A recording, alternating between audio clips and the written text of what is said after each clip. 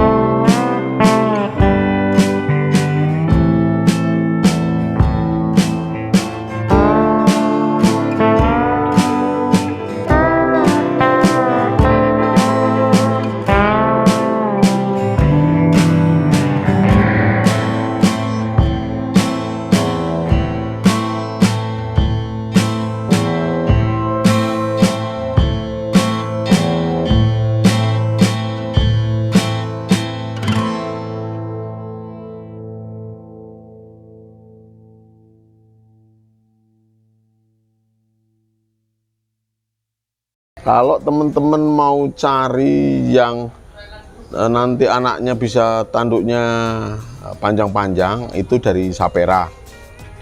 Bisa juga dari crossbur atau bur gitu. Tapi kalau teman-teman tidak begitu mementingkan tanduk, bisa dari Jawa Randu atau dari PE Pedaging gitu. Nah, ini kalau untuk pedaging kan tolok ukurnya cuman badan aja, nggak ngomongin soal telinga segala macam. Beda ya dengan kambing kelas seni seperti PE kontes gitu. Wah, kalau PE itu kontes parameternya ada 11 teman-teman.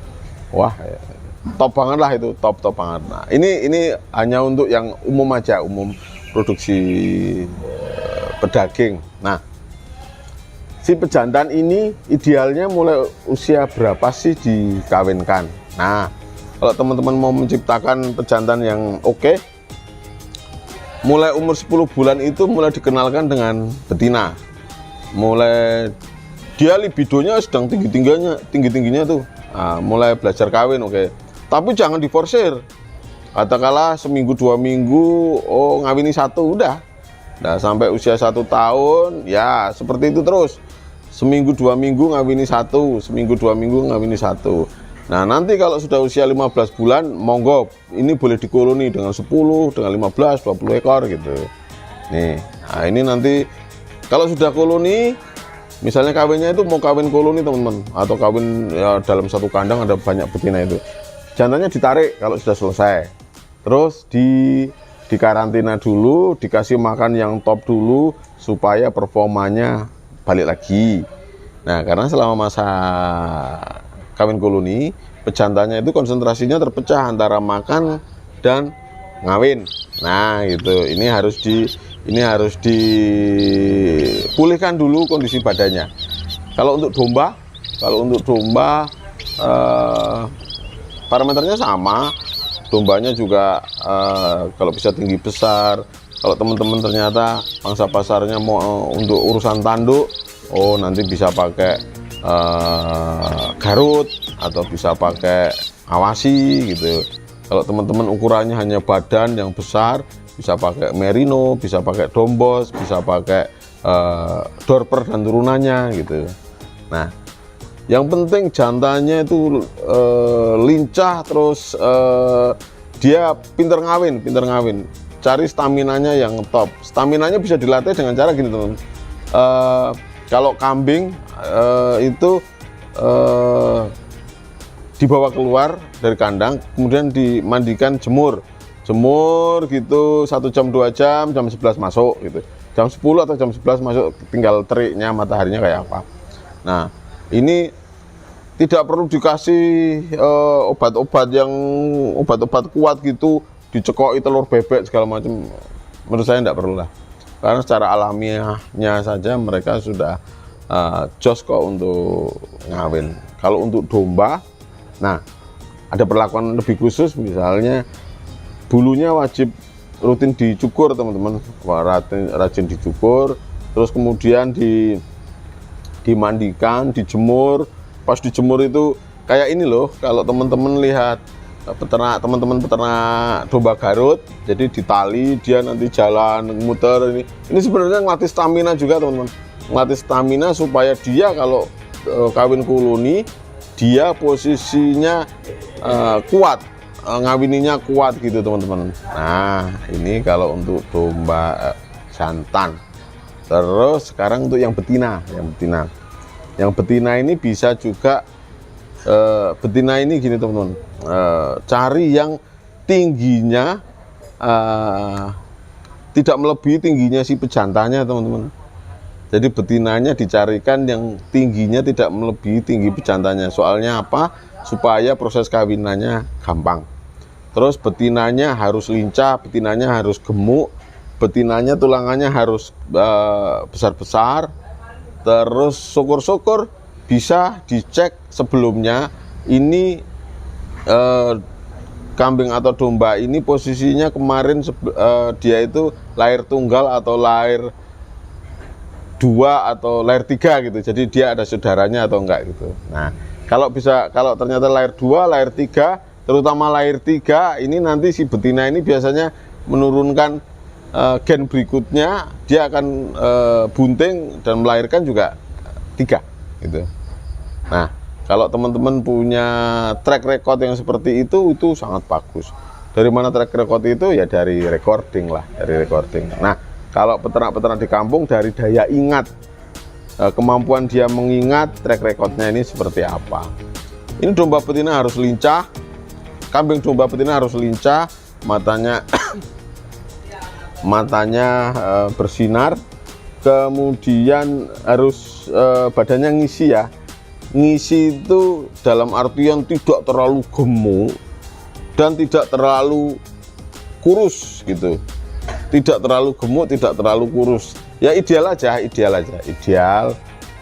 Sehingga nanti dia pas dikawini, pas dia masa subur dikawini langsung jadi. Kalau terlalu gemuk nanti kemungkinan jadinya sedikit. Kalau terlalu kurus ini kemungkinan buntingnya juga sedikit. Nah, untuk betina perlakuannya gini teman-teman, kalau teman-teman mau mengawinkan betina ya, sebelum dikawinkan itu dikasih obat cacing, dikasih vitamin, dikasih pakan-pakan dengan kandungan proteinnya lebih tinggi. Misalnya dikasih kulit kedelai, kulit kacang hijau. Ini proteinnya yang tinggi-tinggi teman-teman. Dikasih daun indigo vera, daun kaliandra, segala macam. Nah, supaya nanti dia bisa memproduksi sel telurnya baik. Jadi ini sperma jantan ketemu sel telur, ini kawinannya langsung jadi. Nah, ini berlaku untuk kambing domba. Kalau domba betina itu wajib dicukur ya, wajib dicukur teman-teman. Jadi ketika dicukur itu kita akan tahu posisi badan aslinya itu seperti apa. Apakah masih kurus atau sudah ideal atau malah kegemukan. Terus kita bisa mendeteksi dia posisinya itu sedang ada parasitnya atau enggak, dia ada lukanya atau enggak, segala macam. Ini wajib dicukur tadi. Terus potong kuku itu komplit teman-teman. potong kuku. Jadi di treatment dulu sebelum dikawinkan untuk yang betina, karena kalau kita kelupaan memberikan obat cacing dan ternyata nanti si betinanya ini cacingan, ini kalau kita mau obati pakai obat cacing, efeknya nanti si janinnya bisa rontok, bisa keguguran lah gitu. Jadi pemberian obat cacingnya sebelum dikawinkan, teman-teman. Nah, bagaimana merangsang kambing betina, domba betina cepat birahi? Biasanya salah satunya dengan cara dimandikan, dijemur, terus dimasukin kandang lagi. Bisa juga pakai metode serempak birahi, jadi disuntik hormon supaya birahinya bisa serempak, teman-teman. Nah, kalau yang alami ya itu tadi, dimandikan kemudian dijemur, teman-teman. Nah, bagaimana kalau ketemu betina yang kurang ideal gitu? Maksudnya kurang ideal itu katakanlah tulangannya nggak begitu besar, badannya pun juga nggak terlalu tinggi segala macam. Nah, menurut saya lebih baik dikawinkan dengan yang pejantan yang grade-nya jangan terlalu jauh, tapi di atasnya sedikit lah. Jadi misalnya teman-teman punya domba Garut yang suatu super kelas adu, yang satu cuman kelas breeding biasa, yang satu priangan. Nah, ini kawinkan dengan yang priangan atau yang kelasnya breeding standar itu, teman-teman. Kalau kambing, iya sama aja. Supaya, maksud saya cuman gini aja ya, memang tujuannya untuk memperbaiki keturunan. Nah, tapi kasusnya gini, kalau ternyata ini domba ya, kalau ternyata domba induknya itu tidak terlalu gede dan dikawini pejantan yang monster jumbo gitu, yang dikhawatirkan nanti pertumbuhan janinnya tuh besar, teman-teman. Kalau keluar 4 kilo, jadi nanti dia posisi melahirkannya kesulitan. Nah, kalau memang punya yang induk yang seperti itu, apa langkah kedepannya? Kalau memang teman-teman mau mengkaryakan si betinanya itu dan nanti bunting melahirkan, nanti dilihat anakannya. Kalau anakannya bagus, betina, ya anak betina ini nanti dibesarkan, nanti jadi induk. Si betina induk ini nanti bisa dijual. Tapi kalau ternyata kurang top, anaknya juga kurang top, udah nanti dijual betina plus anaknya gitu. Ini dijual untuk mendatangkan betina yang kualitasnya lebih baik. Nanti gini ya, teman-teman, kalau ada yang berminat mau breeding, dari awal sudah bisa nyeting si pejantannya ini kualitasnya harus lebih tinggi daripada si betina. Teman-teman mau produksi kambing pedaging, betinanya Jawa Randu, betinanya PE pedaging, tapi jantannya bisa pakai crossbur atau pakai sapera gitu. Teman-teman mau breeding domba, jantannya bisa pakai gibas atau ekor tipis atau priangan atau domba Garut yang tidak terlalu unggul banget. Nah, jantannya tinggal dipilih pangsa pasarnya. Kalau pangsa pasar bertanduk bisa pakai jantan Garut adu yang posisinya kalah adu ya, atau priangan atau gibas tanduk. Tapi kalau yang maunya dugul, keluar dugul ya merino, dombos, dorper F1 gitu-gitu, supaya nanti hasil anakannya lebih bagus daripada induk betinanya. Oke, teman-teman, ini sekilas mengenai bagaimana cara memilih indukan jantan dan betina yang ideal untuk proses breeding, untuk proses pengembangbiakan. Ingat ya teman-teman, ketika kita breeding, kita menciptakan kambing domba yang umur organnya panjang, sehingga nanti si jantan betina itu awet di tempat kita, awet di tempat teman-teman semua. Dia bisa produksi terus. Gitu. Intinya kita bangun aset.